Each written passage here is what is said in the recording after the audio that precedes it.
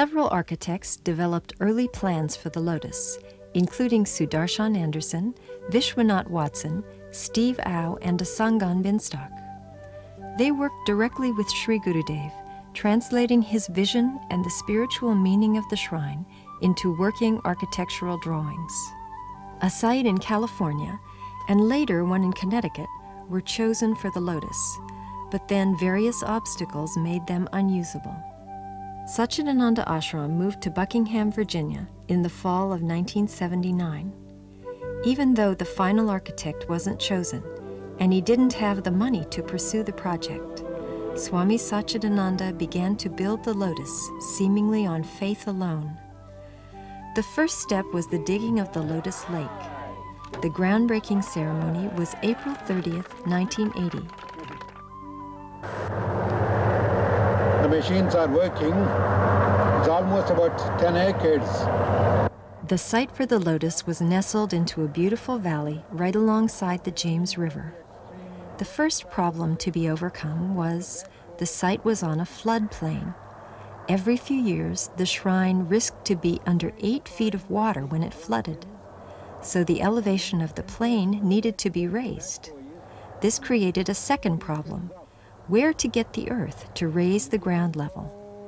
Sri Gurudev had always envisioned the shrine floating in a lake as a lotus flower would, so he began to dig a 9-acre lake around the shrine. The earth from the lake was transported to build up the elevation around the site of the shrine. While the lake was being dug, the planning stage continued. The search for an architect ended when James Jagadish McCabe offered his services. The plans for the Lotus Shrine were refined and developed until they took on their final form. When the lake excavation was done, the site work began for the foundation of the shrine.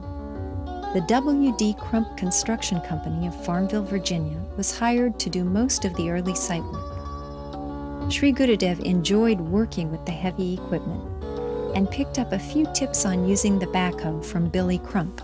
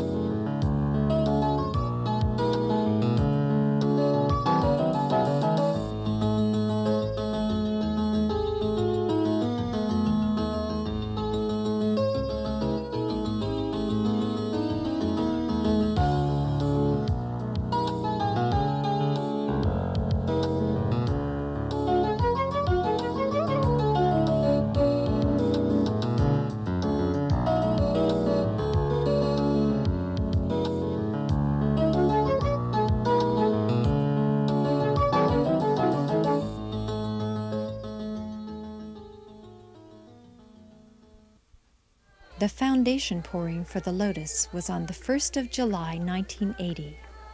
Students and friends of Sri Gurudev joined with eminent spiritual leaders from around the world to celebrate the joyful event.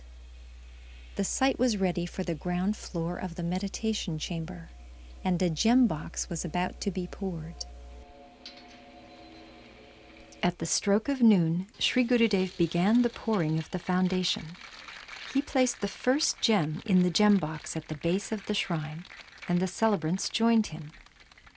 People from all over the world offered items to be placed in the gem box.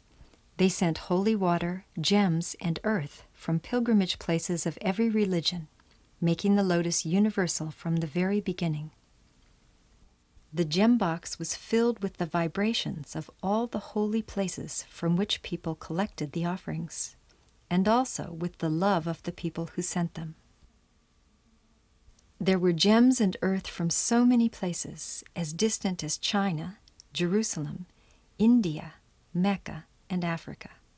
There was even a rare tactite rock from the moon. The ceremony itself was a unique blend of the sacred and the everyday world. There were beautiful prayers from all of the faiths, and then a cement truck rolled in and they poured the foundation. It was truly a blessing for all of the construction that followed.